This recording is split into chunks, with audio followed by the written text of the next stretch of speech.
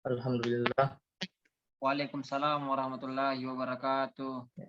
Alhamdulillah, segala puji bagi Allah. Marilah kita memanjatkan puja dan puji syukur kepada Allah Subhanahu wa taala yang telah memberikan kita rahmat serta nikmat yang berlimpah sehingga kita masih sempat bertemu di kegiatan pada malam hari ini, yaitu Tenteren Keilmuan Blok Neuropsikiatri. Tak lupa kita kirimkan salawat dan salam kepada junjungan kita Nabi Muhammad SAW. Ialah suri tauladan bagi kita semua yang telah membawa kita dari alam kita ke alam mendarang seperti sekarang ini. Baik, pada kesempatan ini kita akan melaksanakan kegiatan Tenteren Keilmuan Blok Neuropsikiatri, di mana pada kesempatan ini akan dibawakan oleh pemateri yang menarik. Dan sebelum kita memulai materinya, saya bacakan terlebih dahulu CV dari rekan pemateri. Tapi Kak, mungkin bisa di-share screen.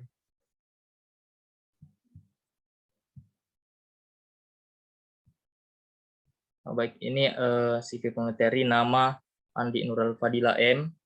Tempat tanggal lahir Mataram 22 Januari 2001. Riwayat pendidikan SDN 2 Cakranagara 2013. MTSN 1 Mataram 2016. SMAN 3 Mataram 2019. Dan sekarang Universitas Muhammadiyah Makassar angkatan 2019 sampai sekarang. Kemudian untuk riwayat organisasi, General Secretary of Dates Manti 2017-2018, anggota Publik Semansa Japanese Club Day 2017, anggota AMSA Unismo Divisi Community Outreach 2020-2021, Project Office Event of the Year AMSA Unismo, Koordinator Publikasi Dokumentasi Important, anggota Pengembangan Ilmu Pengetahuan BEM Unismo 2020-2021, Manager of Community Outreach AMSA Unismo 2021-2022. Dan untuk kontaknya, untuk email nuralfadila22@med.unismo.ic.id. Adapun untuk kontak nomor HP 08215421153774 atau 089563229280.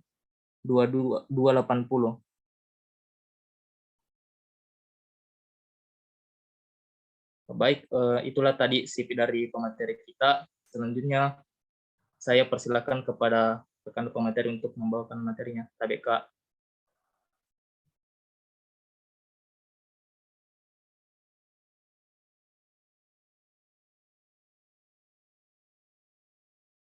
Oke, makasih. Jadi pertama-tama, Assalamualaikum warahmatullahi wabarakatuh. Makasih kesempatannya untuk saya bisa membawakan materi mengenai neuropsikiatri, blok neuropsikiatri. Jadi di sini kan kalian sudah masuk minggu pertama masuk minggu kedua. Hari ini masuk minggu kedua. Jadi mungkin beberapa dasar-dasar sudah kalian pelajari. Jadi kalau misalkan ada yang salah dari pemaparanku, karena kita sama-sama belajar, jadi bisa jadi koreksi nanti. Oke, jadi mungkin tunggu dulu, saya share screen.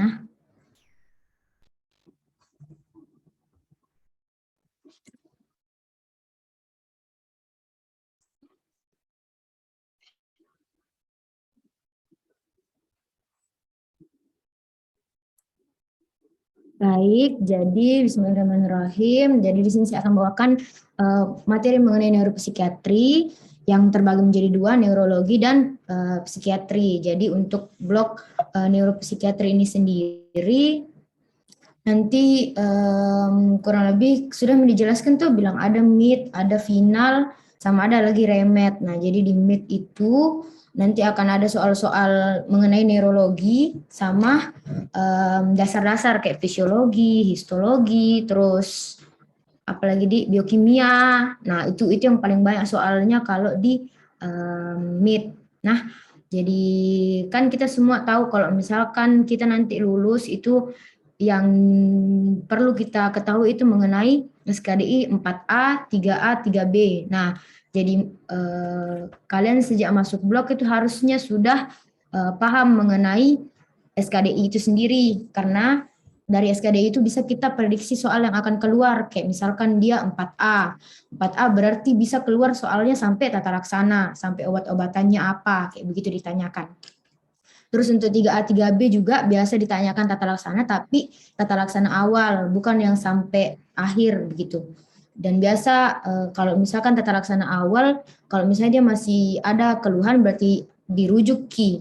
Kalau tidak salah, nah jadi untuk neurologi ini yang 4A-nya lumayan banyak.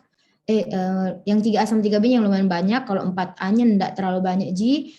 Cuman di sini yang saya bawakan nanti ada sefalgia, kemudian epilepsi, stroke, sama Bell's palsy. Jadi yang saya bawakan ini yang banyak keluar di soal. Nah, yang banyak keluar di soal sekitar bisa sampai 4 atau enggak 5, 3 atau enggak 4 soal per materi. Jadi mungkin saya next. Oke, yang pertama itu sefalgia atau nyeri kepala. Jadi nyeri kepala ini biasa dirasakan sensasi tidak nyaman di daerah kepala akibat segala hal yang merusak atau berpotensi mengakibatkan kerusakan struktural. Nah, untuk sefalgia sendiri atau nyeri kepala ini terbagi menjadi 2, ada nyeri primer dan nyeri sekunder. Nah, untuk nyeri kepala yang primer itu dia murni disebabkan karena terganggunya di bagian sistem saraf pusat. Nah, kalau misalkan dia sekunder itu bisa disebabkan dari penyakit-penyakit lain, gitu. Terus, yang kita bahas di sini nyeri kepala primer, karena kalau nyeri kepala sekunder itu dia bisa masuk di blok-blok lain, gitu.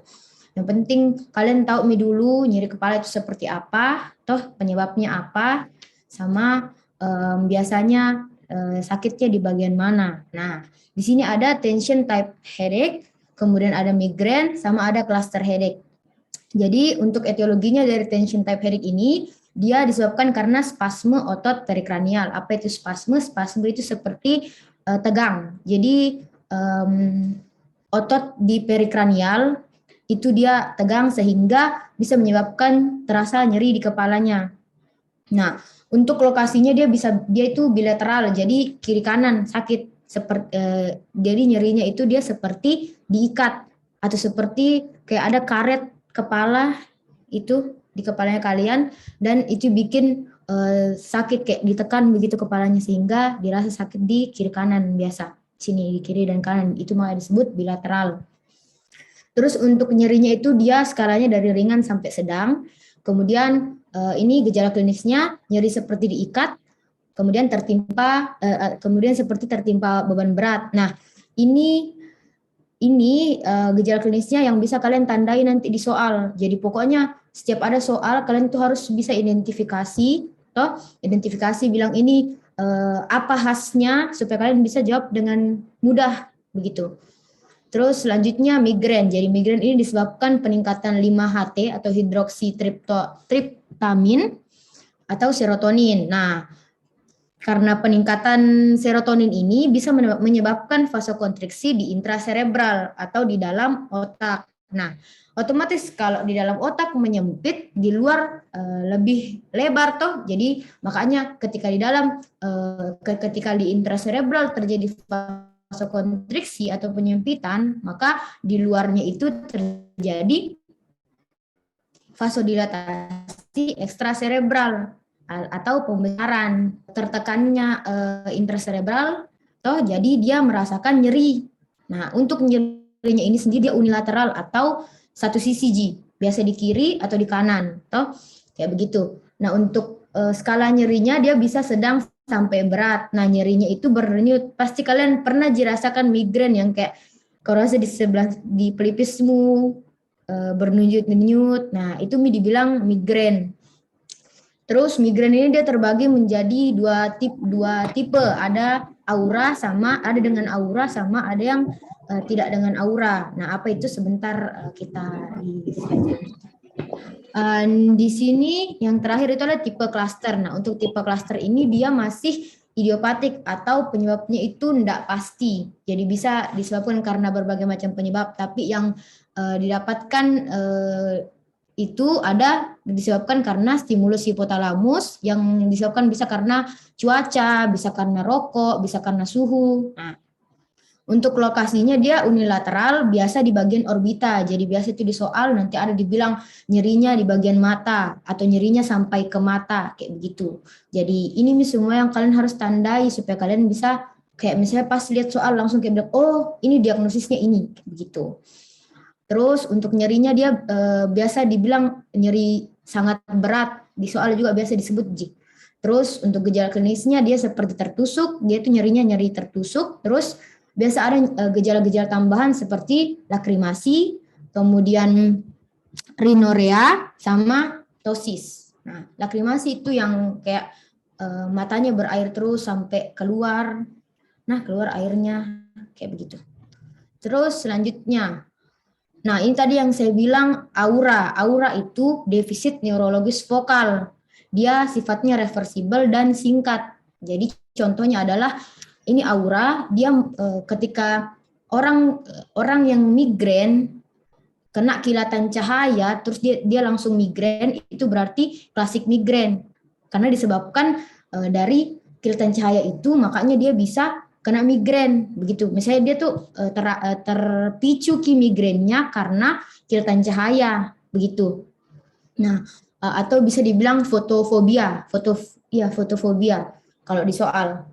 Itu soal kalian harus pandai-pandai mengetahui kayak nama lainnya karena biasa dokter kalau kira kayak oh gampang ini ditebak, jadi pasti dia nanti akan pakai nama lainnya. Jadi pintar-pintar misalnya kalian untuk identifikasi soal. Nah, apa contohnya defisit neurologis vokal itu kayak kebas atau lumpuh begitu.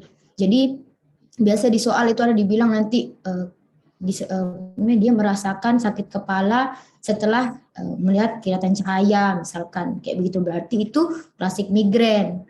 Nah, yang ada auranya itu cuma migrain, sedangkan yang tadi cluster sama tension type headache itu dia tidak ada aura, jadi dia tidak ada defisit neurologis. Jadi di situ kalian bisa tandai bilang oh kalau ada yang dibilang fotofobia berarti migrain begitu, berarti klasik migrain begitu.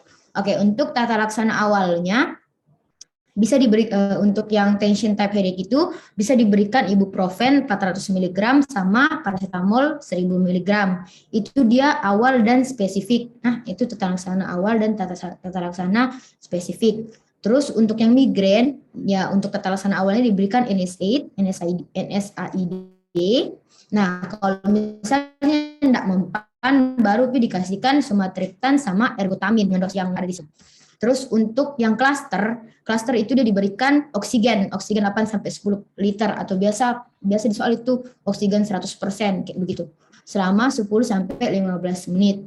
Nah, untuk tata laksana spesifiknya setelah misalkan masih narasa sakit kepalanya tuh setelah diberikan oksigen, maka kita kasihkan lagi obat sumatriptan atau ergotamin kayak begitu. Terus profilaksis itu bisa dibilang pencegahan atau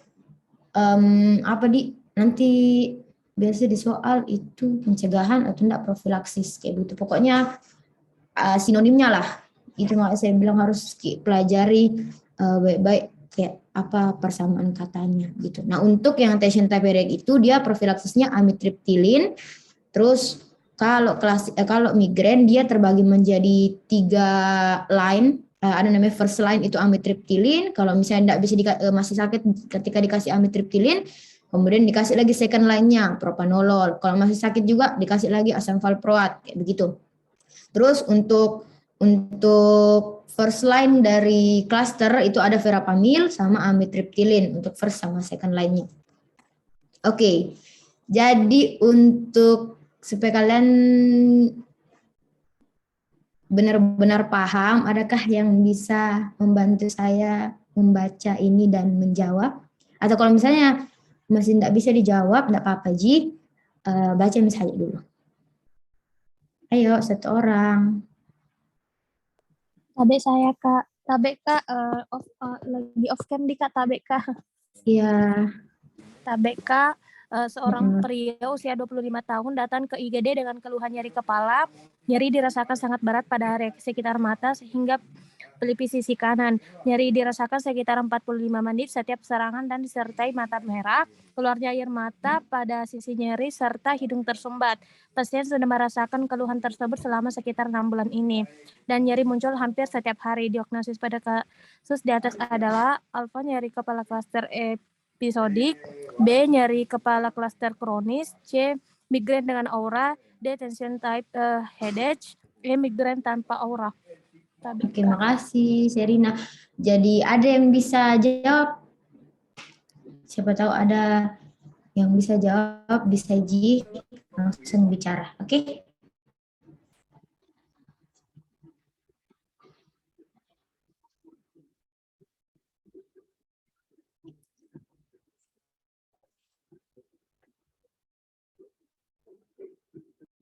Oke, pelek saya pick. Jadi di sini tuh kan di sini dibilang dia merasakan nyeri kepala. Terus nyeri kepalanya sangat berat sekitar mata hingga pelipis sisi kanan. Berarti ada yang bisa tahu ini tipe nyeri apa? Kak, Dari yang kujelaskan tapi Kak, tadi. nyeri kepala Ya. klaster Kak. Oke, benar. Siapa tadi? Tidak kelihatan anunya. Siapa tadi? Tapi Kak Azhara Kak. Oh ya, oke. Benar ya, udah benar itu tipe nyeri kepala klaster karena jelas di sini dibilang toh sekitar mata. Nah, itu tadi bilang Kak, pentingnya kalian tahu khasnya dari setiap penyakit begitu. Jadi gampang kalian nanti untuk diagnosis. Nah, di sini jadi nyeri kepala klaster itu terbagi menjadi dua, ada episodik, ada kronis. Nah, untuk yang episodik itu dia biasanya minimal 2 fase klaster dalam 7 hari sampai 1 tahun. Nah, diantarai oleh periode bebas nyeri selama 1 bulan atau lebih lama. Jadi kalau misalnya episodik, dia itu rentangnya dari 7 hari sampai 1 tahun. Nah, di sela-sela 7 hari sampai 1 tahun ini kayak begini kan ini 6 bulan. Nah, di sela-sela 6 bulan ini dia ada periode bebas nyerinya. Jadi dalam misalnya 1 bulan dia bilang 1 bulan itu dia tidak rasakan nyerinya, tapi tiba-tiba lagi muncul lagi kayak begitu. Itu tuh episodik. Nah, kalau misalkan kronis dia fase klasternya itu lebih dari 1 kali dalam 1 tahun. Terus dia periode bebas nyerinya itu kurang dari 1 bulan. Nah, jadi ini jawabannya A, nyeri kepala klaster episodik. Nah, oke, lanjut. Nah, ada lagi yang bisa bantu Kak membaca dan menjawab?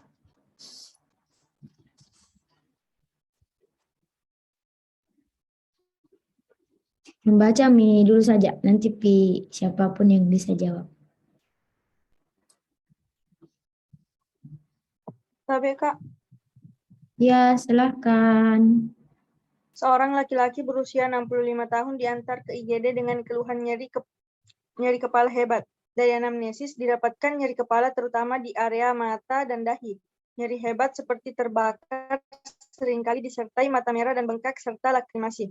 NPRS 9-10, keluhan berulang lebih dari 10 kali sehari, tidak didapatkan defisit neurologis. Apakah diagnosis yang paling mungkin pada kasus tersebut?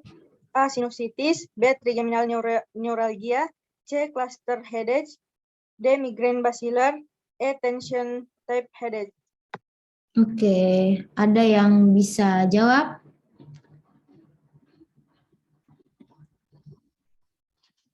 Atau ada yang bisa sebutkan Kak khasnya dari soal ini? Minimal itu modul. Kalian harus bisa identifikasi soal. Tapi Kak, disertai lakrimasi. Ya, terus apa lagi?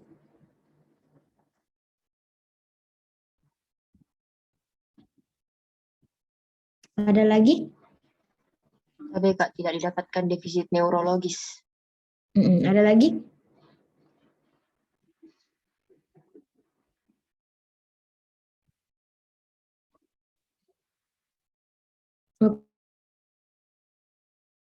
Oke, sudah disebut tadi itu lakrimasi sama tidak didapatkan defisit neurologis. Sama satu lagi, nyeri kepalanya terutama di area mata dan dahi. Nah, jadi ada yang bisa menyimpulkan diagnosisnya. B Kak, C Kak. Ya, betul sekali cluster headache. Jadi, kayak yang tadi saya bilang tuh, cluster headache itu dia nyeri kepala, terutama di bagian orbita atau area mata gitu. Oke, kita lanjut ke epilepsi. Nah, di epilepsi ini dia itu gangguan otak yang ditandai oleh adanya faktor predisposisi secara terus-menerus untuk terjadi suatu bangkitan epileptik dan juga ditandai oleh adanya faktor neurobiologis, kognitif, psikologis, dan konsekuensi sosial akibat kondisi tersebut. Jadi biasa itu epilepsi sama kejang itu, epilepsi ini biasa disamakan dengan kejang padahal sebenarnya enggak sama. Cuman kejang itu bagian dari epilepsi. Nah, jadi ini epilepsi yang murni terganggu adalah di bagian sistem saraf pusat. Maksudnya bukan karena penyakit lain. Nah, kalau kejang itu bisa disebabkan karena penyakit lain, misalkan kejang demam, toh, atau apalagi yang bisa menyebabkan kejang. Kalau misalkan elektrolit di tubuh kurang, toh itu bisa menyebabkan juga kejang. Jadi kalau epilepsi dia khusus benar-benar gangguan di otak begitu. Kalau kejang itu bisa disebabkan karena penyakit lain. Nah, jadi di sini epilepsi itu terbagi menjadi dua, ada parsial sama ada general. Nah, untuk parsial itu terbagi menjadi tiga, simplex, kompleks, sama sekundari generalisata. Nah, general ini yang agak banyak dan biasa sering keluar di soal. Terus untuk general ini dia absans atau lena atau petitmal, kemudian mioklonik, klonik, tonik, atonik, sama tonik klonik.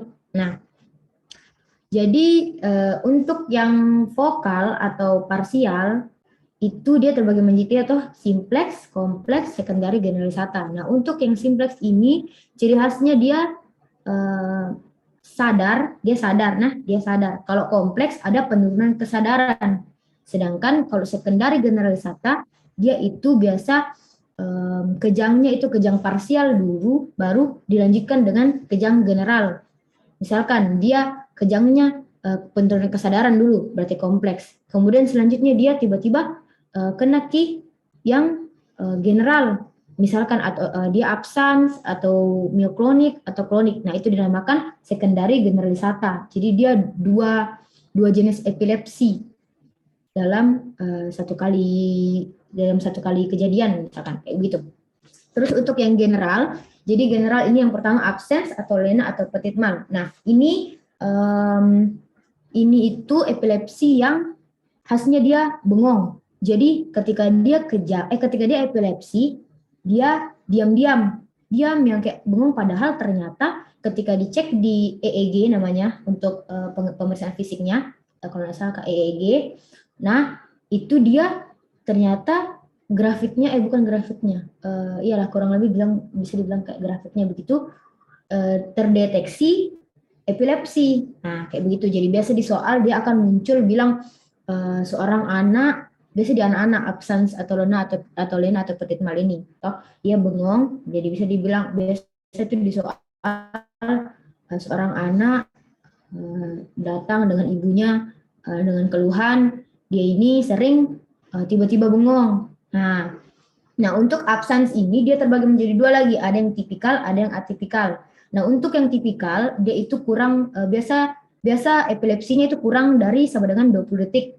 Baru tidak ada gangguan kognitif. Seperti apa gangguan kognitif itu? Kayak misalkan gangguan bicara, gangguan berperilaku. Nah, itu gangguan kognitif. Kalau misalnya kalian mau tahu lebih banyak bisa di searching.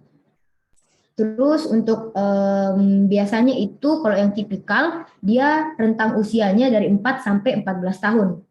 Nah, terus ada lagi yang namanya absens atipikal, yang jenis atipikal. Nah, atipikal ini dia gejalanya dirasakan lebih dari 20 detik. Nah, itu tandanya nah kalau di soal, siapa tahu nanti keluar soal dibilang jenis apa absensnya, misalnya jenis apa epilepsi absensnya. Berarti gampangnya kalian ingat kalau tipikal kurang dari sama dengan 20 detik, kalau atipikal lebih dari sama dengan 20 detik. Nah, Sedangkan juga tadi kan tipikal tidak ada gangguan kognitif. Nah, kalau atipikal dia ada gangguan kognitif, berarti ada keluhan bilang gangguan bicara, gangguan berperilaku, kayak begitu.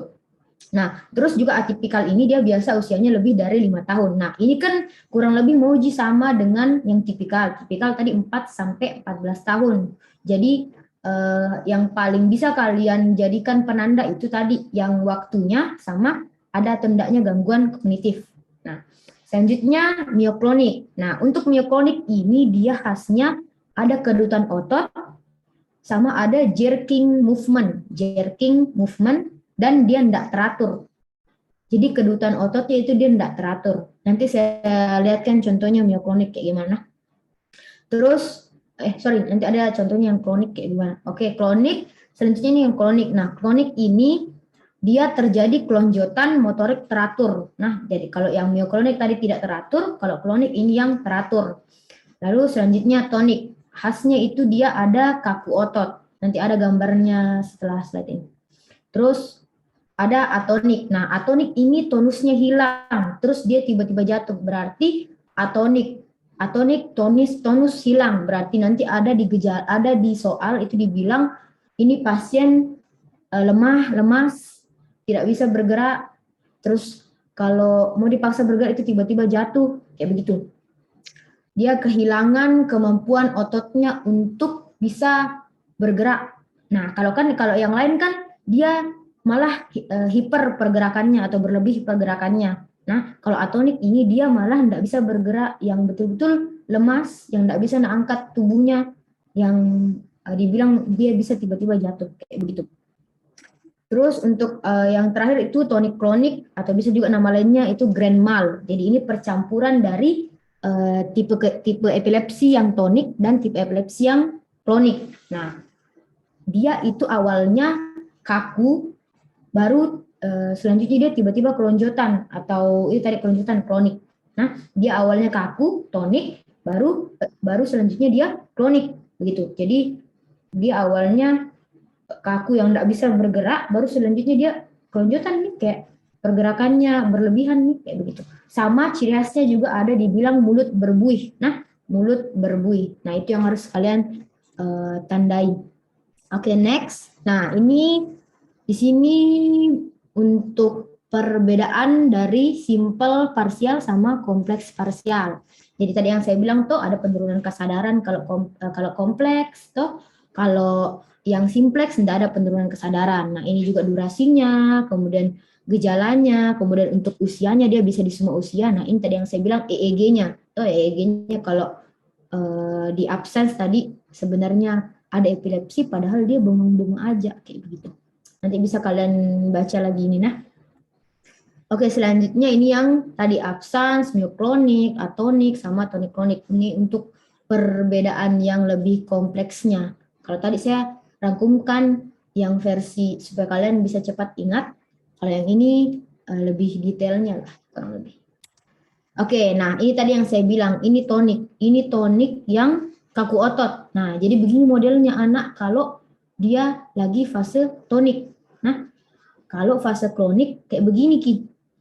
Ini yang kedutan otot. Ini yang kelonjotan motorik teratur. Ini yang fase klonik.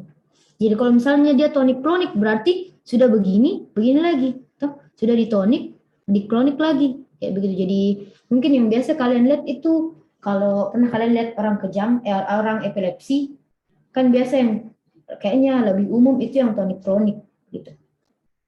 Oke, next. Nah, ini untuk tata laksananya. Kalau yang kejang vokal atau parsial itu first line carbamazepin, second line asam valproat. Jadi kalau misalnya tidak mempan dikasih carbamazepin, dikasih ini lagi asam valproat dengan dosis sekian.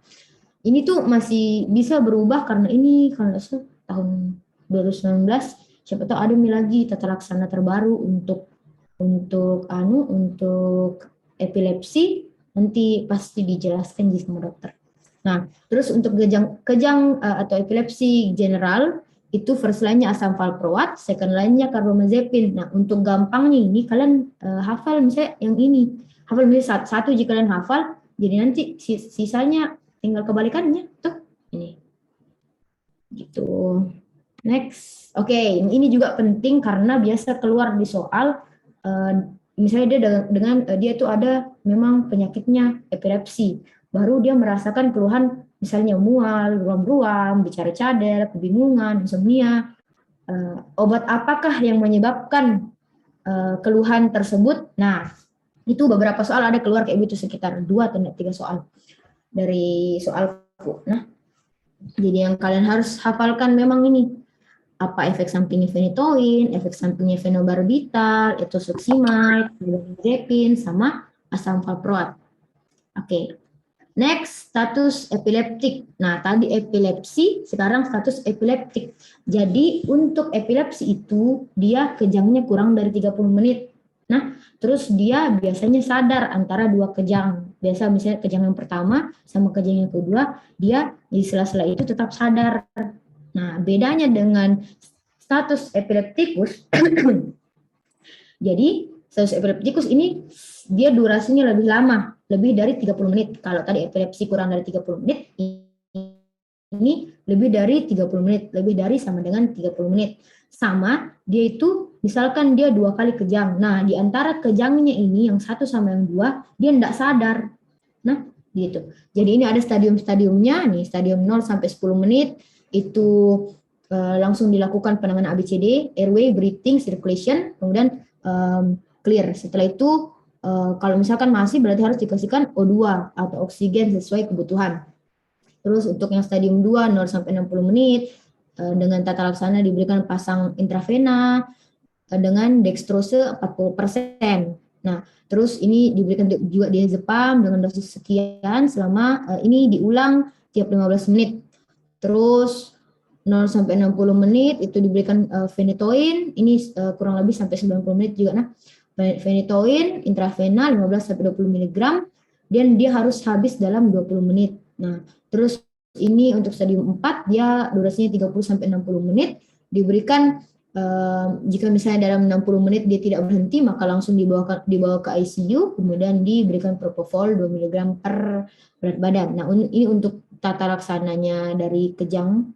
Ini untuk tata laksana dari status epileptikus. Kalau baru pertama masuk tuh baru pertama masuk dan dari itu bilang ini sudah berapa menit, boleh langsung dikasih diazepam intravena 0,3 sampai 0,5 mg, kemudian dikasih lagi phenytoin. Nah, kalau misalnya tidak mempan dikasih lagi phenytoin, baru kalau masih tidak mempan dibawa ke ICU. Oke. Next soal. Ada yang bisa bantu Kak membaca? Yuk, satu orang. Tapi Kak, Ya, seorang anak usia 8 tahun dibawa orang tuanya ke dokter karena sering bengong dan tidak fokus dalam belajar di sekolah. Keluhan sudah dirasakan sejak 2 bulan SMRS dan semakin sering. Pada anamnesis diketahui saat pasien bengong, pasien terlihat sambil mengeluarkan lidahnya selama 5 detik. Kemudian dapat beraktivitas kembali. Pemeriksaan antropometri dan tanda vital dalam batas normal. Tata laksana utama dalam kasus adalah oke. Bisa kira-kira ditandai apa yang khasnya di sini di soal ini? Siapa tadi? Nurul Mujahidah.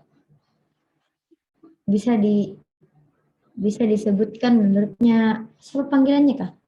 Nurul Mujahidah. Di soal ini apa khasnya? tapi Kak sering bengong Kak. Berarti kira-kira apa jenis epilepsinya?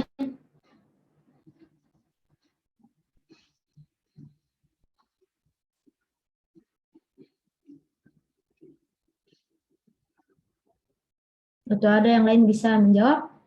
Tapi Kak, Kira-kira general apa? Kak. Ya? Tapi Kak, general Kak. General, terus apa kan masih ada lagi pembagiannya yang general. Kalau yang bengong, Kak. ya? Tapi ke absence, Kak. Ya benar, absence. Nah, untuk absence ada yang masih ingat tadi general apa tata laksananya?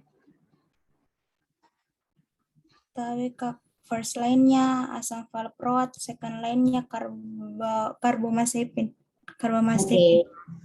Oke, jadi di soal ini yang ditanya tata laksana utama, berarti apa jawabannya? TBK asam valproat. Oke, betul. Jadi karena tadi dibilang first line-nya asam valproat, kemudian second line-nya itu karbamazepin. Nah, jadi kira-kira begini Ji soalnya, bukan sebegini Ji. Kira-kira begini model soalnya di meet-nya kalian nanti. Jadi selama aku di FK, blok yang paling banyak keluar tata laksana, bukan tata laksana, blok yang paling banyak keluar tentang obat-obatan itu ini nih, neuro. Jadi kalian harus kasih kuat-kuat pelajari obat-obatannya. Oke, next. Lagi yang bisa bantu, Kak?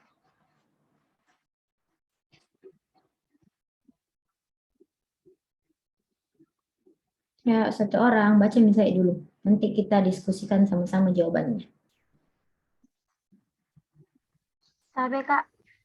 Ya, Seorang laki-laki berusia 14 tahun dibawa ke UGD rumah sakit dengan keluhan pertama kejang. Keluhan terjadi saat tidur dengan menengadah ke atas, mata melihat ke atas dan kejang kelojotan pada keempat anggota gerak.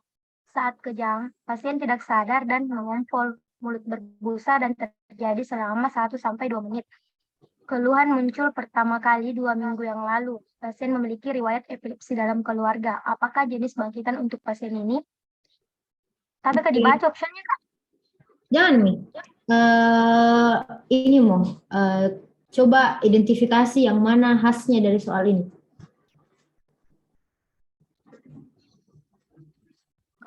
Tapi Kak, pasien tidak sadar, Kak.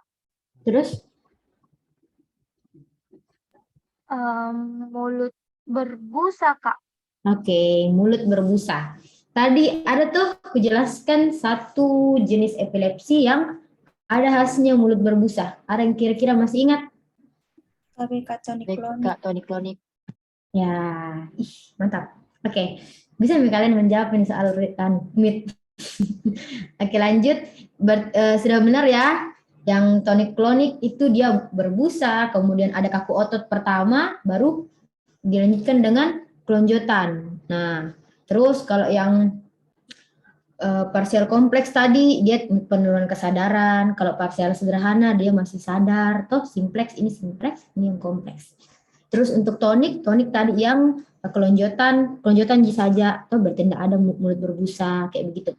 Terus untuk yang mioklonik ini yang tadi dia tidak teratur kedutan ototnya kan. Kalau tonik ada kedutan otot atau kelonjotan tapi dia teratur. Oke, lanjut. Nah, sekarang materi yang ketiga itu ada stroke. Nah, stroke ini gangguan fungsional otak vokal maupun global akut dan berasal dari gangguan aliran darah otak. Nah, jadi untuk stroke itu dia terbagi menjadi dua, ada iskemik, ada hemoragik. Nah, untuk yang iskemik ini dia terbagi lagi menjadi trombolitik sama embolik. Nah, untuk trombolitik dia bisa disebabkan karena DM, hipertensi, sama hiperkolesterol. Nah, untuk embolik dia disebabkan adanya arteri fibrilasis sama penyakit katup jantung.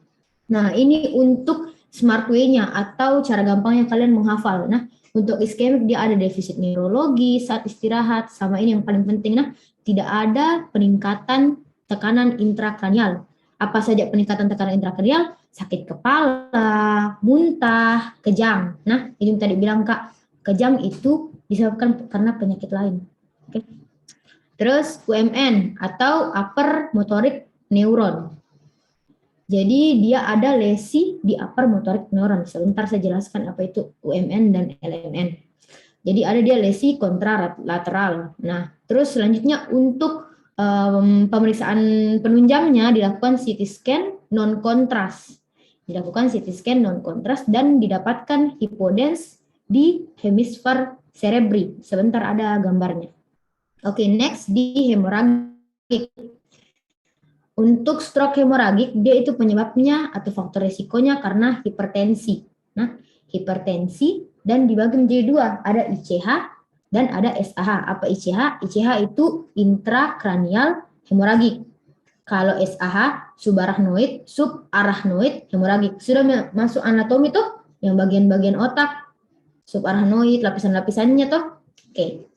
Terus untuk intrakranial hemorrhagik ini dia ruptur Kenket Bouchard aneurysm. Sama kalau misalnya dia subarachnoid, dia biasa ruptur di Berry aneurysm. Apa itu Berry aneurysm? Dia arteri basilaris yang di belakang sini. Sudah toh masuk anatomi. Dan dia terdapat rangsang meningeal. Biasa ada kaku kuduk. Itu rangsang meningeal. Nah, nanti kalian pelajari juga di pemeriksaan fisik neurologis. Kayaknya sudah. Sudah masuk pemeriksaan fisik neurologis. Iya, Kak. Sudah. Nah, toh ada dibilang kaku kuduk. Nah, itu rangsang meningeal. Jadi dia pada SAH ini ada positif rangsang meningeal. Karena dia yang ruptur atau yang rusak itu di arteri basilaris. Arteri basilaris di mana? Di belakang sini tuh, di belakang otak. Oke. Lanjut untuk smart way-nya. Jadi cara kalian gampang untuk menghafal. Jadi kalau misalnya muncul di soal ada defisit neurologis yang tiba-tiba saat aktivitas, nah bedanya sama iskemik tadi, dia saat istirahat. Nah, kalau yang hemoragik dia saat aktivitas. Nah, di situ bisa kalian bedakan. Jadi gampang nanti kalian kalau mau menjawab soal enggak bingung-bingung lagi bilang, apa itu bedanya di iskemik sama hemoragik kayak begitu. Terus di sini juga ada peningkatan tekanan intrakranial. Jadi kalau misalnya di soal ada dibilang sakit kepala, ada dibilang muntah, ada dibilang kejang, berarti hemoragik hemoragik diagnosisnya. Nah, untuk pemeriksaan penunjangnya CT scan kontras. Jadi pada ICH didapatkan hyperdense di hemisfer, pada SAH didapatkan hyperdense di celah girus atau di stellata atau di bagian bintangnya nih. Terlihat di bagian bintangnya. Nah, kalau ini yang ICH intrakranial, dia di dalam kranial pas di hemisfer. Nah, ini untuk stroke iskemik. Nah, ini dia gambarnya. Nah, stroke iskemik itu dia di dalam pembuluh darah. Kayak yang saya bilang tadi, trombolitik sama embolik. Nah, itu di dalam pembuluh darah. Nih, jadi untuk gambarannya tuh begini.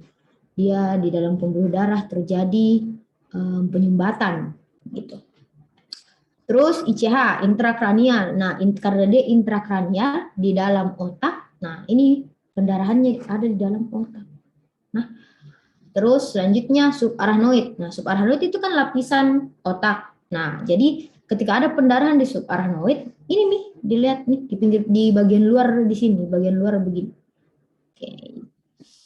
Untuk tata laksananya, jadi untuk tata laksana stroke iskemik itu kalau misalnya dia kurang dari 3 jam diberikan RTPA atipase dengan dosis sekian, kemudian 10% bolus dan 90% infus selama 60 menit.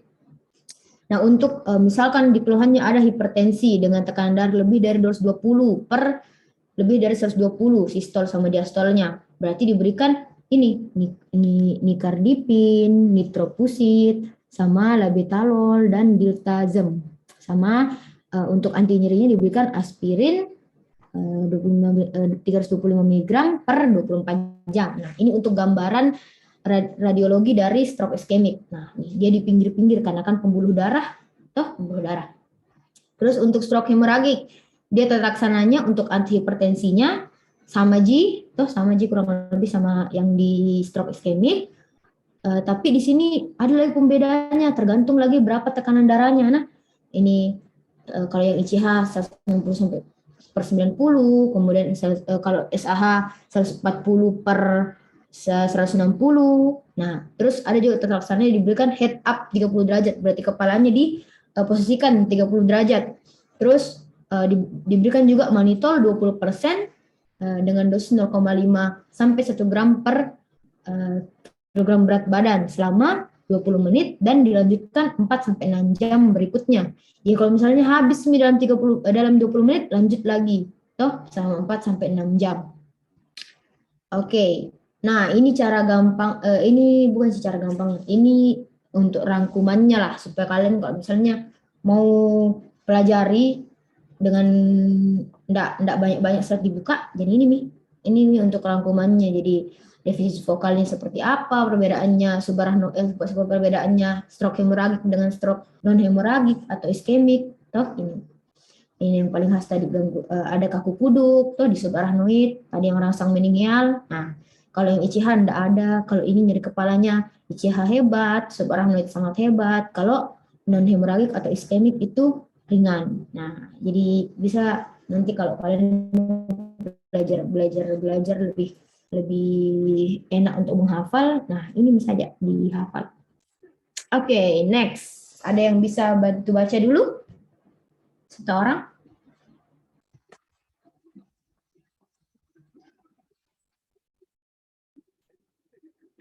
Yuk.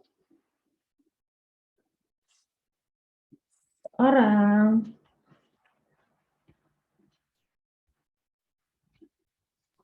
Tapi Kak, Iya, langsung membaca. seorang pria usia 60 tahun dibawa ke IGD karena tidak sadar diri sejak 4 jam yang lalu. Sebelum pingsan, pasien mengeluh pandangan buram, muntah menyembur sebanyak 1 kali dan nyeri kepala. Pasien memiliki riwayat diabetes mellitus tidak terkontrol. Pada pemeriksaan fisik didapatkan tekanan darah 220/100 mmHg, nadi 98 kali per menit, suhu 37 derajat Celcius, dan pernafasan 22 kali per menit. Pemeriksaan neurologis didapatkan lateralisasi anggota gerak kiri dan refleks cadok positif pada kaki kiri. Terapi yang tepat adalah Oke, jadi ada yang bisa sebutkan apa khasnya ini soal dan apa diagnosisnya?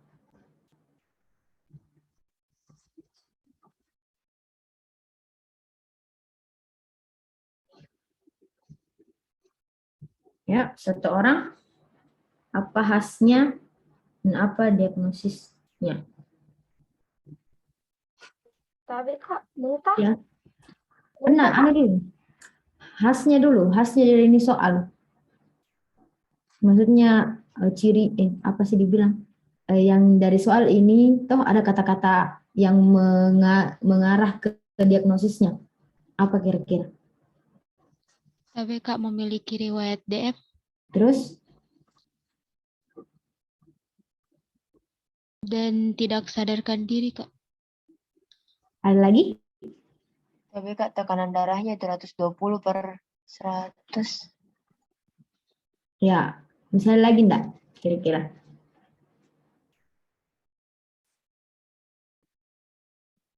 Tapi Kak, pandangan buram Kak. Oke, benar.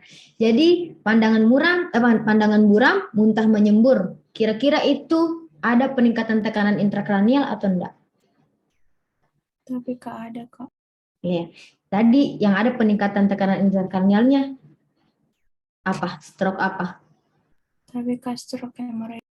Oke, jadi jawabannya ada yang bisa menjawab? Apa tadi tata laksananya untuk yang hemoragik? Tapi Kak intravena manitol 20% sebanyak 0,5 sampai 1 gram per kilogram berat badan. Oke, udah benar ya. Jadi yang kalian harus tandai di sini ini mengeluh pandangan buram, muntah menyembur. Nah, itu perbedaannya yang iskemik sama hemoragik.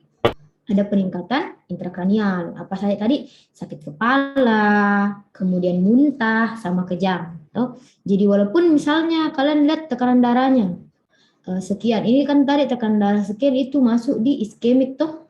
Sama ada riwayat DM tadi masuk di iskemik. Nah ini mengecoh memang, tapi memang kalian harus yang tadi saya bilang tandai smart way-nya, tandai khasnya, toh ada satu yang tidak ada peningkatan tekanan intrakranial, satu ada yang peningkatan tekanan intrakranial.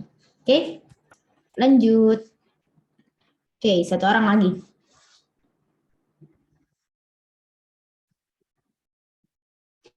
Yuk, satu orang harus dibiasakan mengidentifikasi soal, karena kalau misalnya kita enggak pernah baca soal itu bisa kita enggak tahu bilang apa ini yang mau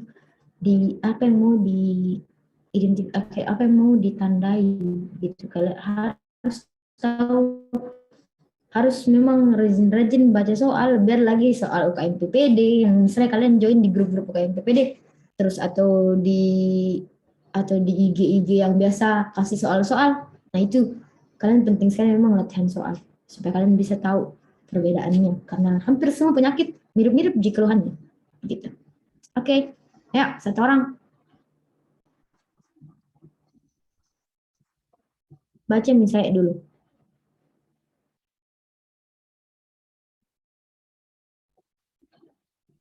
Oke, Kak. Ya, silahkan. Seorang perempuan berusia 55 tahun dibawa ke UGD RS dengan penurunan kesadaran. Dari keluarga yang mengantar diperoleh informasi bahwa pasien mengeluh sakit kepala sebelumnya, disertai bicara kacau. Pada pemeriksaan didapatkan tekanan darah 205/95 mmHg, kemudian nadinya itu 88 kali per menit, kemudian RR-nya itu 16 kali per menit, suhu tubuhnya itu 37 derajat Celcius, bicaranya kacau, DCS E2M5V2, kemudian kakak kuduknya negatif, didapatkan anisokor, ditanyakan apakah diagnosis yang paling mungkin untuk kasus tersebut. Oke. Ciri khasnya dulu soalnya. Bisa disebutkan?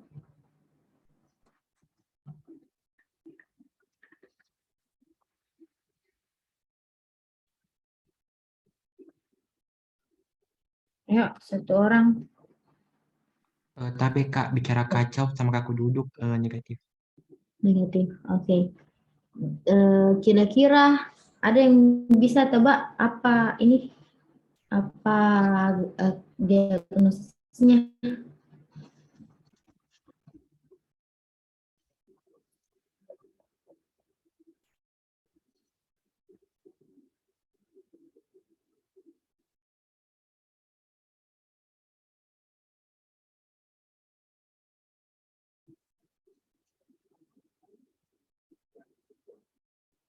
Ada? Oke, saya balik. Jadi, kan tadi stroke hemoragik itu terbagi jadi dua, intrakranial atau intracerebral sama subarachnoid. Toh, subarachnoid itu dia ada kaku kuduknya. Berarti kalau tidak ada kaku kuduknya, masuk di pendarahan intracerebral. Nah, oke. Sama dia, kenapa bisa dibilang hemoragik? Karena ini disertai bicara kacau. Apa tadi saya bilang? Kan kalau defisit neurologis itu ada gangguan berarti sama kebiasaan-kebiasaannya. Kayak ini tuh bicara kacau. Kan harusnya normalnya dia bicara maksudnya bicara masih bisa diajak bicara. Tuh, kalau ini kan bicara kacau berarti enggak bisa diajak bicara dua sisi gitu. Kayak enggak bisa balas omongannya orang yang sesuai dengan seharusnya. Nah, kayak begitu. Oke, next. Sorry. Oke, ada yang terakhir dari neurologis itu Bell's palsy. Nah, pada Bell's palsy ini dia paralisis atau kelumpuhan pada nervus facialis atau nervus 7 yang akut. Jadi dia bukan yang kronis dan masih bisa disembuhkan. Terus dia biasa unilateral, kalau tidak di kiri saja, di kanan saja. Dan dia itu yang terganggu adalah perifernya dan dia mempengaruhi lower motoric neuron. Terus untuk penyebabnya dia idiopatik, bisa bermacam-macam, bisa karena angin, bisa karena udara yang dingin. Biasa itu angin malam, udara yang dingin. Terus bisa juga karena autoimun, karena autoimun tuh kan dia menyerang imunnya itu menyerang tubuhnya sendiri, sehingga banyak bisa penyakit yang kena. Oke, next. Nah, ini untuk perbedaan dari upper motoric neuron sama lower motoric neuron kalau lesinya. Jadi ini gejala-gejala itu kalau UMN itu paralisis tipe spastik. Apa itu spastik? Spastik itu otot-otot yang lumpuh itu jadi kaku atau kejang. Nah, sama muncul gerakan-gerakan yang tidak terkendali. Sedangkan kalau flaccid itu dia sifatnya lemas dan terjadi mendadak dalam 1-14 hari. Terus biasanya disebabkan trauma dan biasanya itu anak usia kurang dari 15 tahun. Tapi bisa juga lebih, cuman kan biasa kalau misalnya usia 15 tahun itu berarti didapatkan karena penyebarannya lah, persebaran ke epidemiologinya begitu. Nah, untuk refleks fisiologisnya kalau upper motoric neuron itu meningkat, kalau lower motoric neuron itu menurun. Kalau refleks patologisnya dia positif, upper motoric neuron, lower motoric neuron negatif. Terus atrofi otot, disusu atrofi pada UMN, dan pada elemen dia atrofinya positif. Nah, ini refleks fisiologisnya, misalnya refleks fisiologis bicep, berarti pusat itu di C5 dan C6. Nah, begitu seterusnya, tricep, C6, C8, patella, L2 sampai L4, Achilles S1 sampai S2. Next. Nah, ini untuk cerebral palsy itu dia kan tadi yang saya bilang dia idiopatik, tidak jelas penyebabnya, bisa karena trauma dingin, bisa karena autoimun, bisa karena infeksi virus. Nah, untuk membedakan dengan upper motoric neuron sama lower motoric neuron, kan tadi cerebral palsy ini dia lower motoric neuron, toh dia perifer. Kalau upper motoric neuron itu yang sentral. Jadi apa upper motoric neuron? Upper motoric neuron itu ini. Nah, ini dibilang upper motoric neuron dari otak sampai medullospinalis. Jadi kalau keluar dari medullospinalis kayak masuk di saraf-saraf yang perifer itu dinamakan lower motoric neuron. Nah, lower motoric neuron. Berarti kalau yang medullospinalis, otak sama medullospinalis itu upper motoric neuron. Nah, bagian atas, bagian bawah. Oke. Next, ini perbedaannya Bell's palsy sama stroke. Kan sama-sama itu biasa mulutnya mencong. Nah, tapi perbedaannya di sini.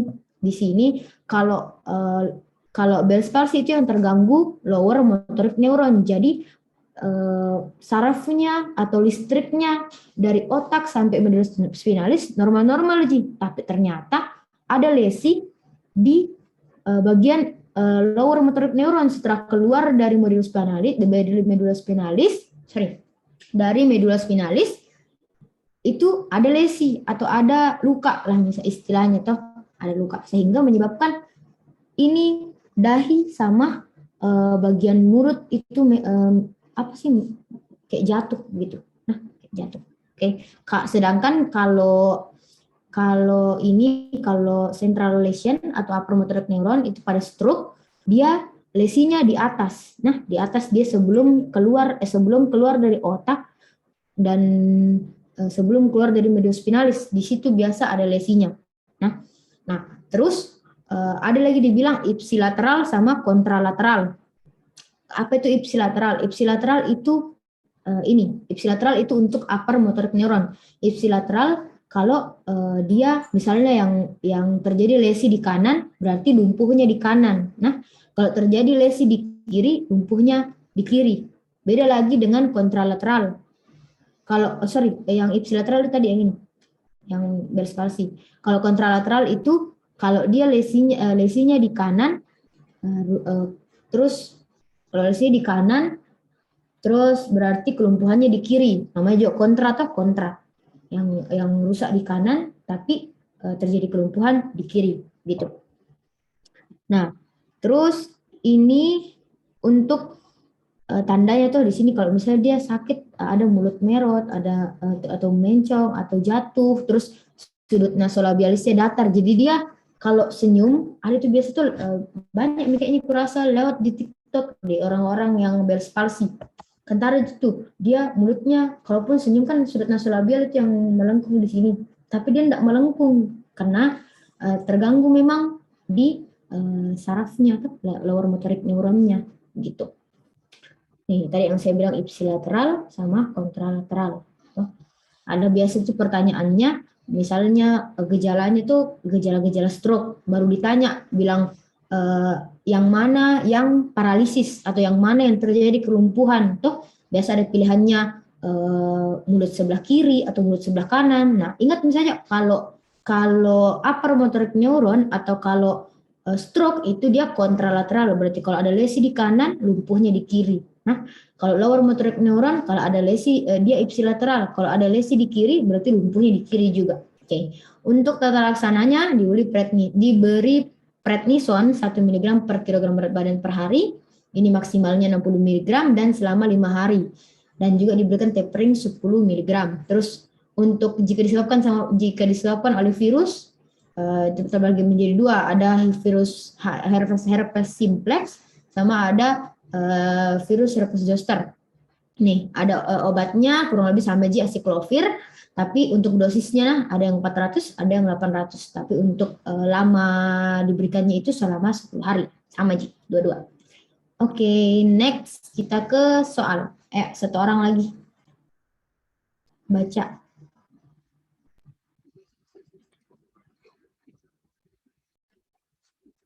Ayo, satu orang lagi baca. Tapi Kak, laki-laki Ya. 25 tahun datang ke puskesmas dengan keluhan mulut mencong 1 hari yang lalu. Pasien merasa sulit berkumur-kumur. Keluhan terjadi setelah pasien pulang kerja menggunakan sepeda motor, kemudian diguyur hujan disertai angin. Pada pemeriksaan fisik diperoleh mata kanan tidak tertutup sempurna, mulut miring ke kiri dan ekstremitas dalam keadaan normal. Apakah diagnosis yang tepat pada pasien ini? Oke. Ini jelas mito Bell's palsy. Toh ada tandanya dibilang diguyur hujan disertai angin, ada tadi toh etiologinya bisa disebabkan karena cuaca suhu yang dingin. Nah, jadi apa tadi lesinya untuk Bell's palsy?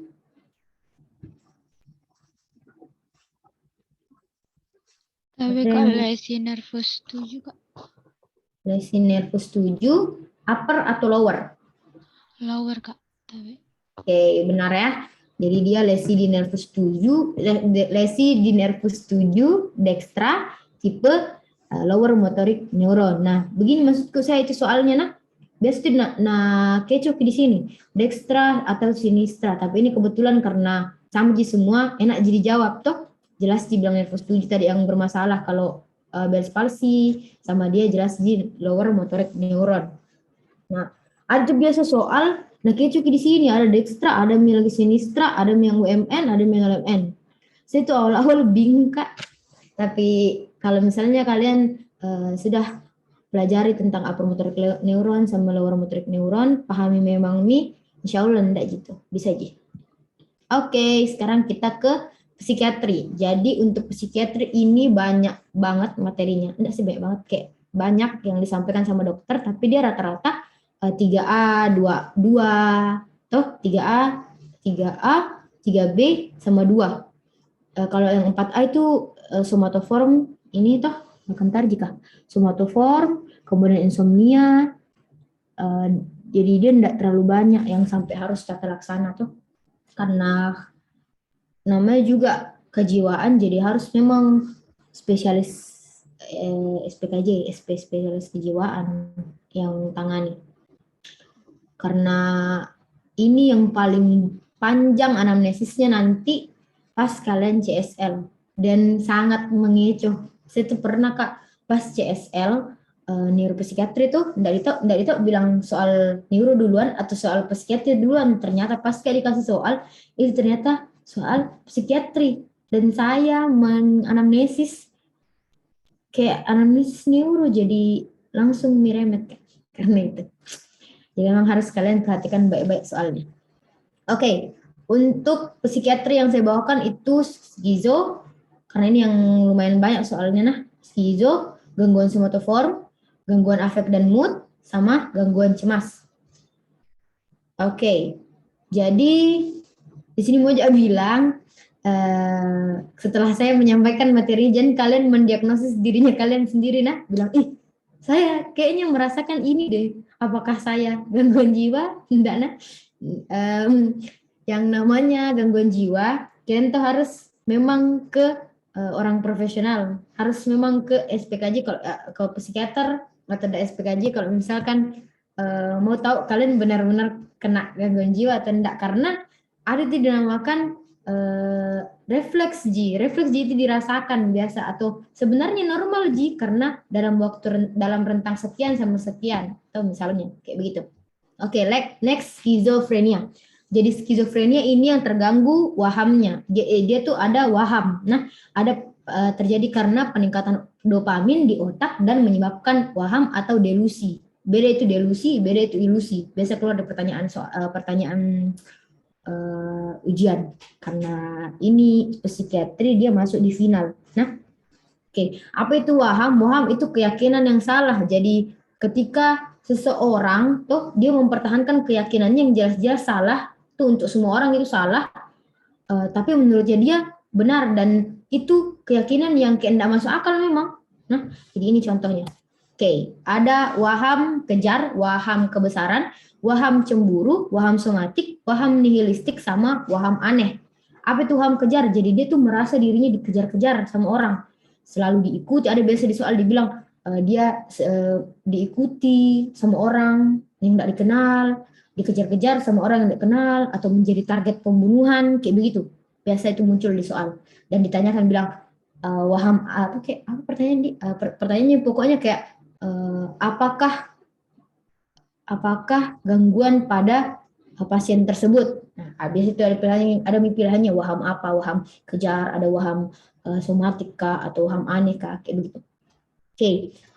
Untuk selanjutnya ada waham kebesaran. Jadi dia tuh merasa dia itu punya kekuatan khusus, kayak dia bisa menghilangkan diri, dia merasa dia bisa menguasai dunia. Ada itu di soal biasa. Dia bilang pasien merasa bisa menguasai dunia kayak gitu. Terus ada waham cemburu terhadap pasangan, kemungkinan dapat membunuh pasangan. Nah, ada itu biasa tuh di berita-berita bilang seorang suami membunuh istrinya karena cemburu kayak begitu. Nah, ada kemungkinan itu orang terkena waham cemburu karena padahal sesuatu yang sebenarnya mungkin enggak untuk orang normal enggak bikin cemburu, tapi ternyata dia cemburu berlebih sampai mau bunuh ini pasangannya kayak gitu. Terus untuk waham somatik itu dia merasa dirinya ini ada sakit. Tuh ketika dia dibawa ke dokter, dia bilang, "Dok, saya sakitku ini." Tuh banyak sebut penyakitnya, padahal pas dilakukan pemeriksaan ternyata enggak ada, normal semua. Gitu nah, itu waham somatik. Nanti ada lagi pembagiannya untuk yang somatisasi namanya.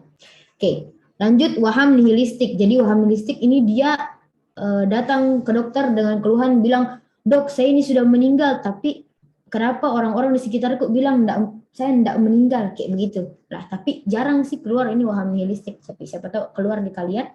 Toh. Terus next, waham aneh. Jadi waham aneh ini dia merasa ada yang masuki pikirannya, ada yang kontrol pikirannya, ada yang curi pikirannya. Biasa ketua soal kayak begitu. Bilangnya seorang pasien datang dengan keluhan merasa pikirannya tersiar atau merasa pikirannya dikontrol oleh orang lain kayak begitu. Oke, next kita masuk ke skizonya. Jadi skizo ini dapat didiagnosis dengan satu kriteria atau dua kriteria yang kurang lebih dirasakan selama 1 bulan, minimal 1 bulan. Nah, bisa lebih dari sama dengan 1 bulan. Apa itu? Ada thought of echo, dia itu berpikir ada ide menggema di otaknya. Terus ada thought of insertion, dia merasa pikirannya dirasuki. Thought of withdrawal, pikiran diambil. Thought of broadcasting, jadi dia merasa pikirannya tersebar, ditahu semua orang.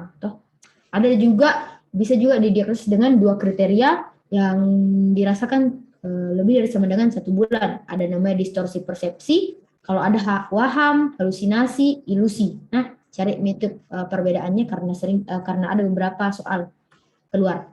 Perbedaannya waham, halusinasi, ilusi. Sekitar masing-masing satu soal itu biasa. Waham, kayak misalnya skenario baru apa gangguannya, waham kah, halusinasi kah, ilusi kah, kayak begitu. Terus perilaku negatif. Jadi ada perilaku-perilaku yang tidak wajar. Nah, itu dalam lebih dari sama dengan 1 bulan. Oke.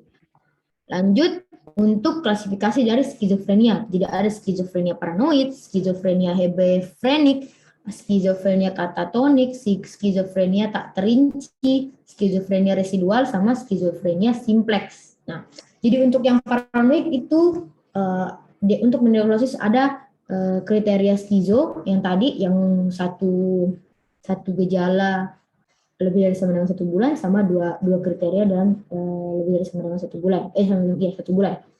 Nah, ditambah dengan ada waham paranoid, ada waham persekutorik, kayak misalnya dia merasa dikejar, diancam, dibunuh. Terus waham pengendalian, jadi dia merasa ada yang mengendalikan dirinya. Waham referensi, dia merasa dibicarakan. Toh, yang bisa dibicarakan. Terus ada waham kebesaran, yang tadi dia bilang dia merasa punya kekuatan yang orang lain itu tidak punya, dia bisa menaklukkan dunia lah, dia bilang dia presiden lah, kayak gitu. Sama ada waham bizarre atau aneh, toh. Nah, selanjutnya ada skizofrenia hebefrenik. Jadi kalau skizofrenia hebefrenik ini biasa pada usia muda 15 sampai 25 tahun, terus dia perilakunya kayak anak-anak, terus sering tertawa atau tersenyum sendiri. Nah, kalau tidak salah ini yang kayak orang-orang gangguan jiwa yang di pinggir-pinggir jalan yang sering kalian lihat itu skizofrenia hebefrenik kalau tidak salah kan. Terus skizofrenia katatonik. Jadi dia mempertahankan satu posisi atau sikap di dalam waktu yang lama atau bisa disebut juga dengan rigid. Jadi misalkan ada itu biasa orang-orang yang dengan gangguan jiwa, nah tidak boleh disebut orang gila. Kita kalau misalnya sudah jadi anak FK enggak wajar dibilangi orang gila karena kita sudah pelajari ilmunya. Jadi itu disebut dengan orang dengan gangguan jiwa. Nah, ODGJ. Nah, jadi biasa itu ada kalian temukan misalnya ODGJ dengan dia tuh enggak berubah geraknya. Misalkan itu 1 jam yang lalu kalian lewat di situ, baru ternyata 1 jam selanjutnya masih begitu pergerakan, kayak misalnya mungkin diangkat kakinya satu, enggak berubah dari posisi itu tuh. Nah, itu dinamakan dengan skizofrenia katatonik. Terus ada juga skizofrenia tak terinci. Jadi dari kriteria skizo yang tadi, yang diagnosis yang pertama, yang 1 kriteria dan 2 kriteria ada, terus tapi dia tidak bisa dikategorikan di paranoid, hebefrenik, katatonik, ataupun residual dan simplex. Jadi gejala-gejala di luar dari yang 5 di atas itu tidak ada, maka disebutkan dengan skizofrenia tak terinci. Cuman ini jarang keluar di soal. Terus ada namanya skizofrenia residual. Nah, skizofrenia residual ini dia biasa sebelumnya itu ada gejala skizofrenia, tapi sudah sembuh atau bisa dibilang juga ada riwayat pengobatan skizofrenia, tapi beberapa bulan yang lalu sudah dihentikan misalnya, atau sudah 1 tahun dihentikan. Nah, karena di sini untuk gejalanya dari skizofrenia residual itu dia kambuh lagi minimal setelah 1 tahun. Nah, minimal 1 tahun. Terus dia gejalanya biasanya negatif, kayak banyak diam, lemas, terus pokoknya kayak bukan kayak orang depresi, kayak orang depresi, tapi sebenarnya skizo yang kambuh lagi atau skizo residual. Karena dia sebelumnya pernah skizo. Oke, next, skizofrenia simplex. Jadi ini biasa pada gelandangan-gelandangan, tapi ini kalian masih bisa biasa tuh masih bisa diajak bicara. Karena dia waham dan halunya itu tidak terlalu menonjol. Toh, jadi biasa kalian mungkin mengira ini enggak gangguan jiwa karena enggak terlalu kentara bilang wahamnya, enggak kentara bilang dia halusinasinya, begitu, enggak terlalu menonjol. Oke, next. Oke, 1 soal untuk skizo. Ada yang bisa bantu Kak baca?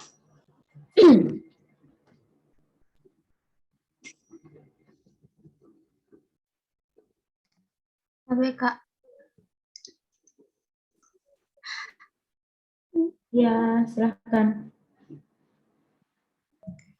Seorang pria 34 tahun dibawa ke poli oleh istrinya. Istrinya menyampaikan bahwa sudah 2 bulan belakangan ini suaminya nampak murung, tidak mau makan, aktivitas berkurang, dan jumlah bicara berkurang. 2 tahun yang lalu, pasien didiagnosis skizofrenia paranoid, namun disampaikan sudah tidak perlu mengkonsumsi obat lagi. Tidak ditemukan waham ataupun halusinasi. Dari pemeriksaan didapatkan tekanan darah 120/85 mmHg, respiratory rate 22 kali per menit, heart rate 75 kali per menit, dan suhu 36,5 derajat Celcius. Apakah diagnosis pasien tersebut A. Skizofrenia paranoid, B.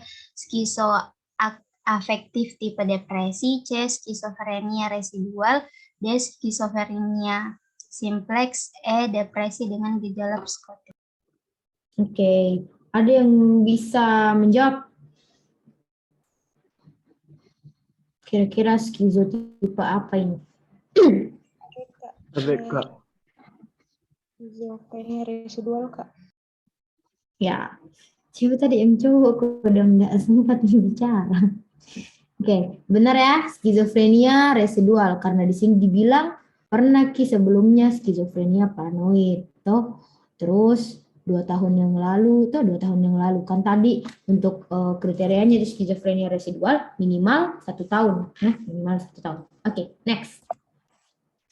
Kita masuk ke gangguan somatoform. Jadi kalau di gangguan somatoform ini ada beberapa lagi gangguan. Ada gangguan somatisasi, dismorfik tubuh, disfungsi otonomik somatoform, ada malingering, ada hipokondriasis, nyeri somatoform, factitious disorder, dan gangguan konversi atau disosiasi. Nah, yang pertama itu adalah gangguan somatisasi. Jadi orang yang terkena gangguan somatisasi itu biasa banyak keluhan fisiknya. Nah, ini cara gampangnya dihafal, so much. Nah, jadi kalau misalnya banyak nih keluhannya, mulai nah bilang nih sakit kepalanya, nah bilang nih sakit jantungnya, nah bilang nih sakit perutnya, pokoknya hampir seluruh badan nah sebut sakitnya. Nah, masuk itu di gangguan somatisasi karena so much, karena banyak. Nah, banyak keluhan fisiknya. Dan dia melibatkan banyak sistem organ kayak yang tadi aku bilang tuh kepala mie, jantung mie, perut mie, ginjal mie misalnya, atau hati mie, kayak begitu-gitu. Nah, terus dia bilang biasanya itu durasinya lebih dari sama dengan 2 tahun. Dia sudah lebih dari sama dengan 2 tahun kayak merasakan ini. Nah, lebih dari sama dengan 2 tahun. Oke, next, gangguan dismorfik tubuh. Jadi dia tuh merasa dirinya cacat. Nah, sampai dia pengen ubah bentuknya. Jadi biasa di soal dibilang dia pasien dengan keluhan merasa dirinya cacat sehingga dia ingin mengubah bentuk tubuhnya. Nah, masuk itu di gangguan dismorfik tubuh. Terus ada namanya gangguan disfungsi otonomik somatoform. Jadi dia ada gejala otonom seperti gemetaran, palpitasi, tremor, keringat, dan setelah dilakukan pemeriksaan fisik ternyata normal aja, cuman dia saja yang merasa dirinya ada gangguan begitu. Terus ada namanya malingering. Jadi malingering ini dia pura-pura sakit untuk menghindari stresor, untuk menghindari tekanan, untuk menghindari sesuatu yang menurutnya kayak nggak bisa kayaknya lakukan ini. Bukan kayak langsung media dengan otomatis pura-pura sakit kayak gitu. Jadi kalau misalnya mungkin kalian akan tanyakan bilang, Kak, kalau saya pura-pura sakit, Kak, terus untuk misalnya untuk nggak ikut ujian, misalnya kalian takut tuh, terus masuk itu di malingering, Kak, nggak ji, karena seperti yang saya bilang tadi, nggak bisa diagnosis, nggak bisa self diagnose, nggak bisa mendiagnosis diri tak sendiri karena untuk mengetahui kita ini ada gangguan jiwa itu panjang sekali pertanyaannya, panjang sekali anamnesisnya, sehingga nggak bisa memang kita self diagnose. Nah, oke. Next, hipokondriasis. Jadi ini hipokondriasis, dia itu mengeluh sakit. Nah, biasanya itu sakit-sakit yang kronik seperti sakit kanker, sakit jantung. Dia tuh berpikir dirinya sakit dan itu biasanya dia mengeluh di satu organ dan spesifik pada satu penyakit, dan paling sering itu penyakit serius seperti kanker dan jantung. Sama dia shopping dokter. Apa itu shopping dokter? Jadi dia sudah dari beberapa dokter, sudah ke dokter A, B, C, D, E kayak begitu. Tapi satu diagnosisnya dibilang enggak ada penyakit tak Bu atau Pak kayak begitu. Nah, kalau ada di soal bilang dia ini sudah ke beberapa dokter, nah berarti masuk itu di shopping dokter dan diagnosisnya adalah hipokondriasis. Dan dia biasa membawa dirinya sendiri, jadi dia enggak ada pendampingnya, misalkan enggak ada orang yang damping kayak begitu. Oke, next, nyeri somatoform. Jadi dia merasakan nyeri, dia cuma rasa satu keluhannya nyeri, tapi di mana-mana dia merasa kepalanya nyeri, jantungnya dadanya nyeri, perutnya nyeri, kakinya nyeri, tangannya nyeri kayak begitu. Nah, apa yang bedakan dia dengan apa yang bedakan dengan somatisasi? Bedanya dia ini somatisasi bisa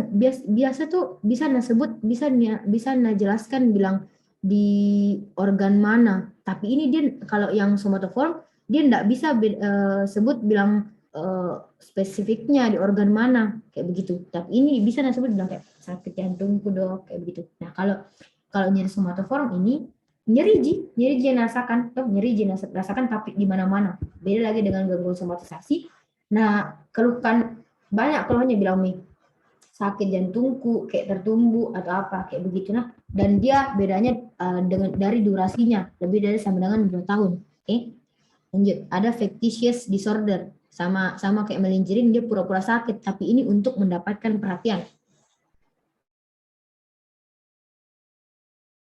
Nah, ini biasa tuh pada anak-anak yang mungkin orang tuanya terlalu sibuk sehingga dia tuh kayak butuh perhatian sehingga menurutnya dia kalau misalnya itu tuh kayak tersistem karena namanya gangguan tuh dia tuh terganggu di sistem pemikirannya lah istilahnya.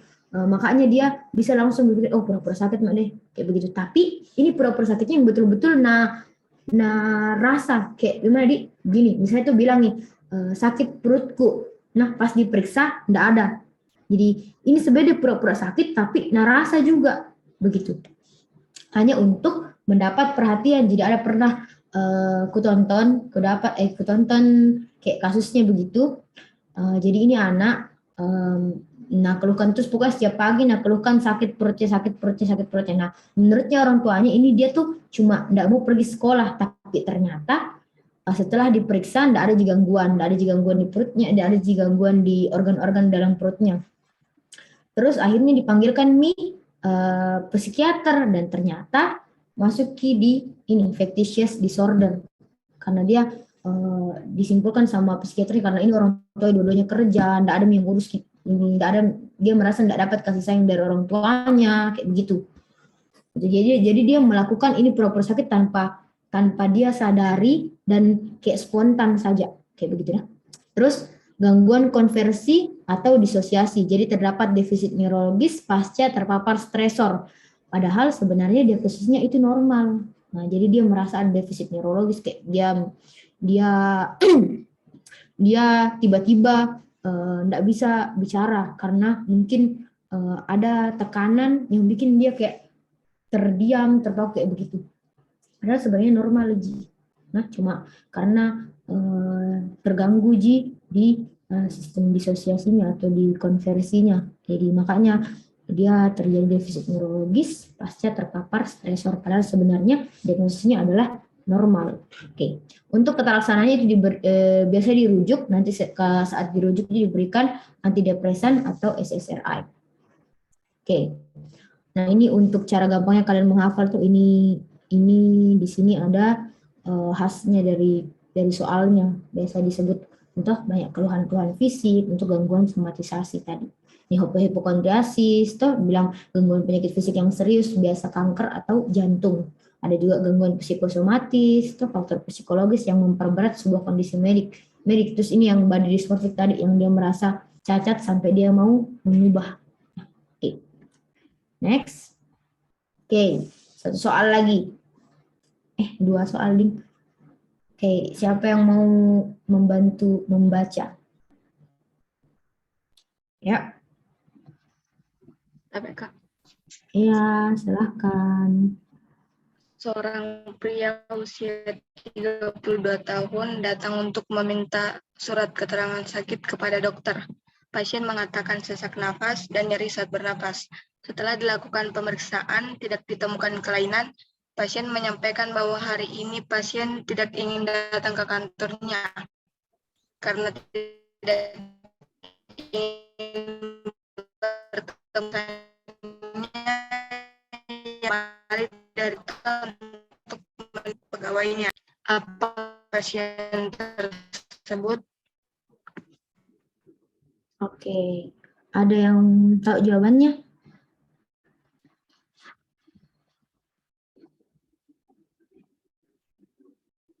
Pak BK izin menjawab. Ya, silahkan. Jawabannya itu factitious disorder. Factitious disorder, Oke, ada yang bisa sebutkan Kak apa khasnya di soal ini?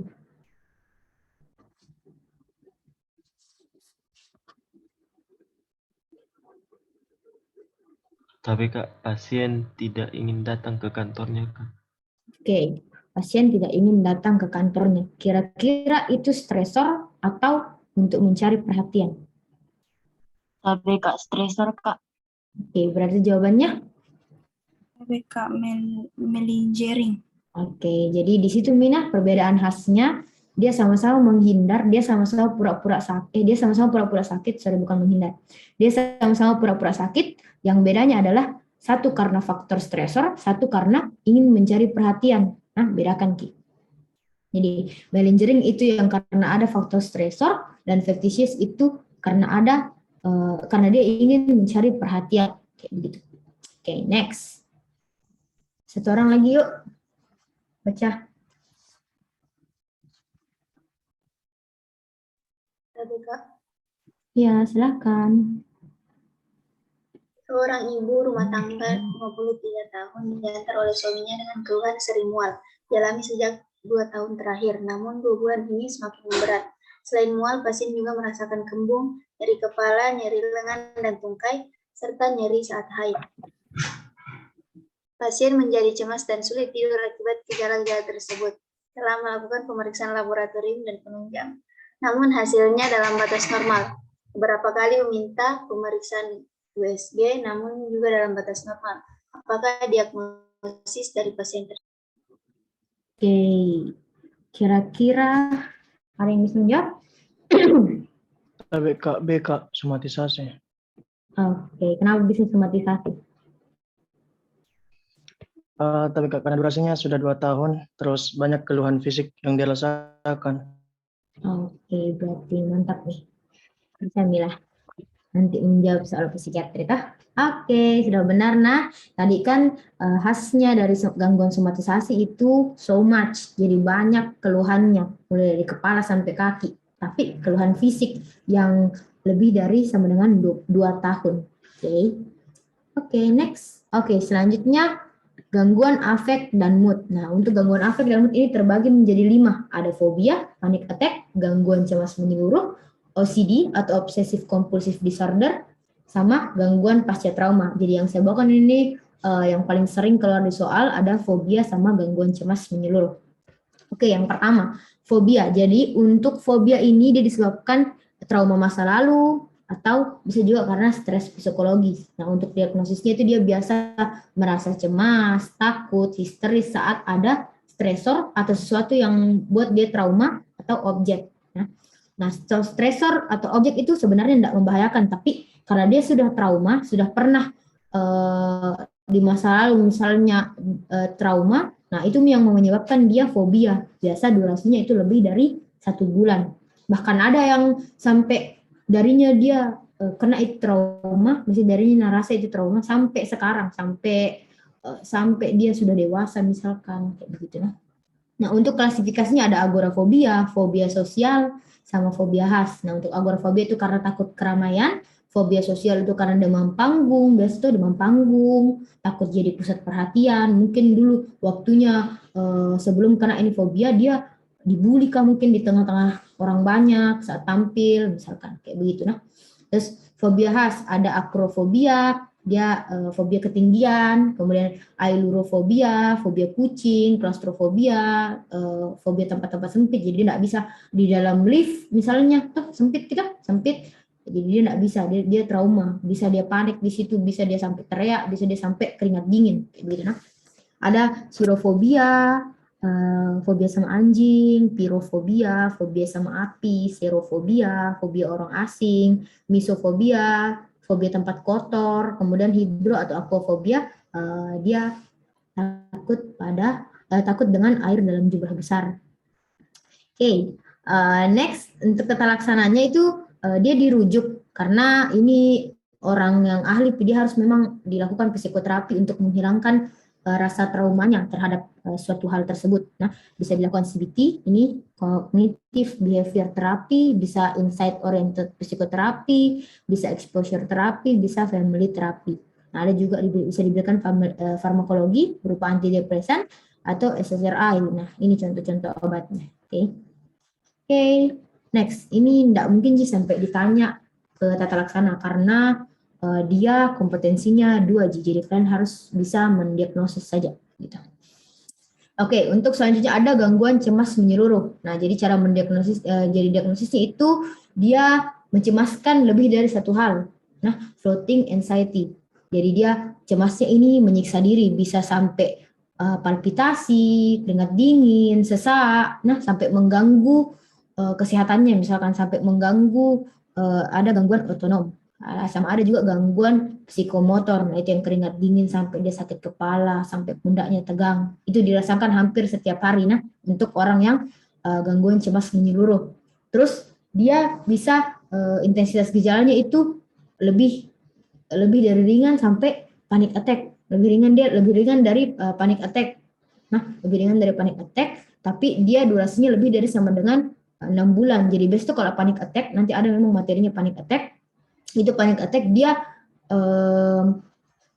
sebentar kayak yang panik tanpa alasan yang jelas, misalkan panic attack, terus sudah itu tenang lagi. Nah, tapi bedanya dengan gangguan cemas menyeluruh, itu dia biasa lama dia sampai berbulan-bulan mencemaskan lebih dari satu hal kayak begitu. Terus tata laksananya dia dibagi menjadi dua. Untuk yang serangan itu benzodiazepin atau alprazolam, terus untuk rumatan itu antidepresan atau SSRI atau trisiklik. Nah, untuk non farmakologinya sama kayak tadi, psikoterapi, bisa dilakukan kognitif behavioral therapy.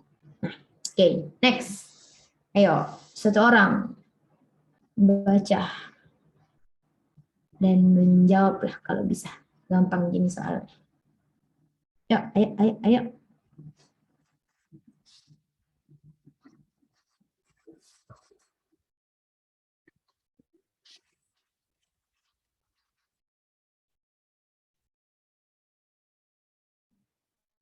Iya, silakan. Seorang perempuan berusia 35 tahun diantar oleh suaminya ke praktek dokter umum dengan keluhan utama ketakutan bila akan keluar rumah sendirian.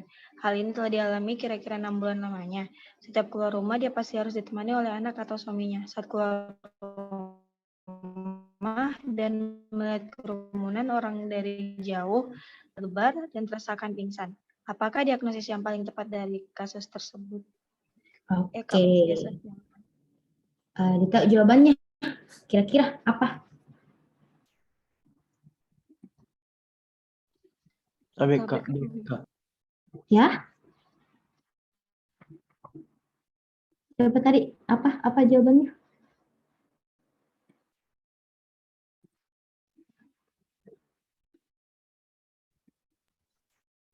ABK, DK, agorafobia. D, agorafobia.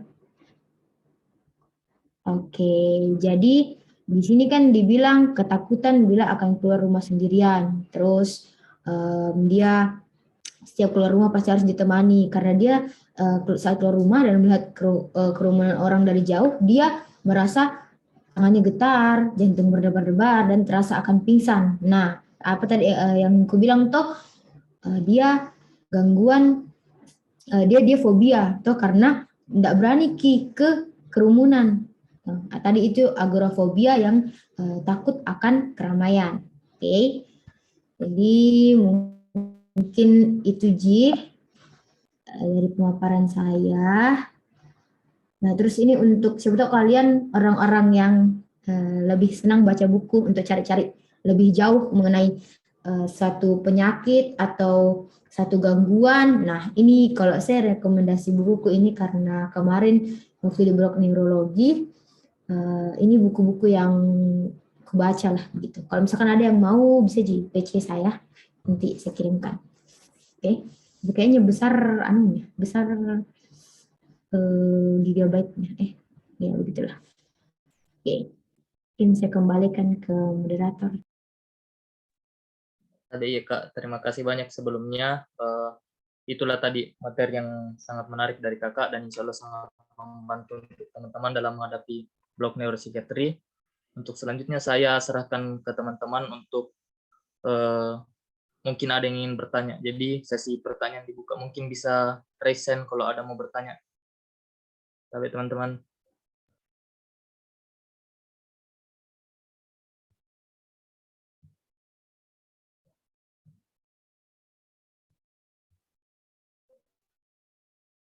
Ayo, apakah ada yang ingin bertanya, teman-teman?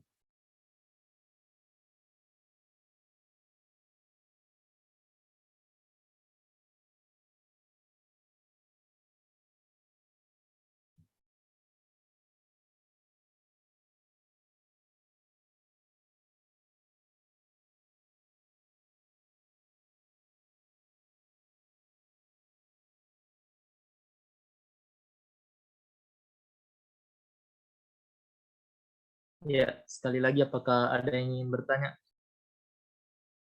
Silakan resen teman-teman kalau ada yang ingin mau ditanyakan.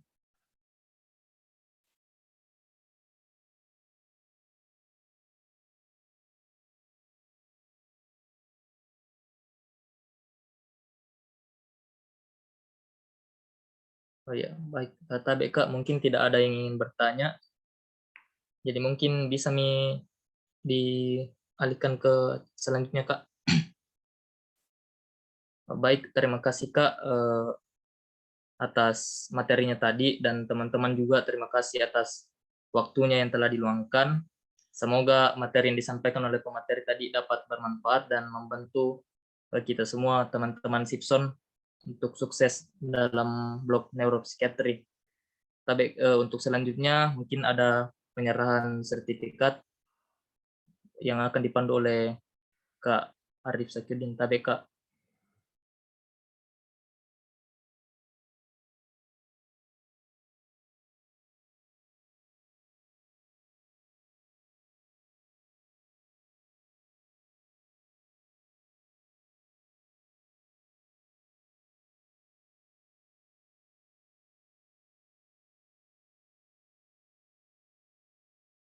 Baik, TBK saya SS Kak. 1, 2, 3.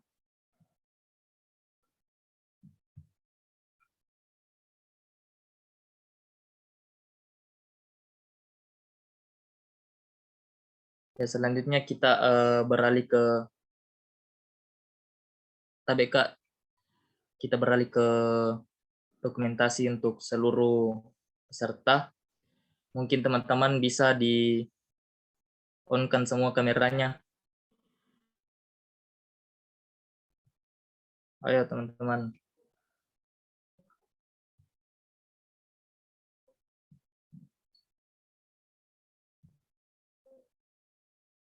Oke, lanjut saya screenshot.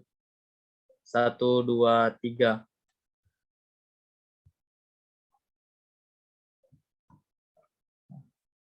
Ya, TBK dan teman-teman sudah berakhir penteran keilmuan blok neuropsikiatri pada malam ini.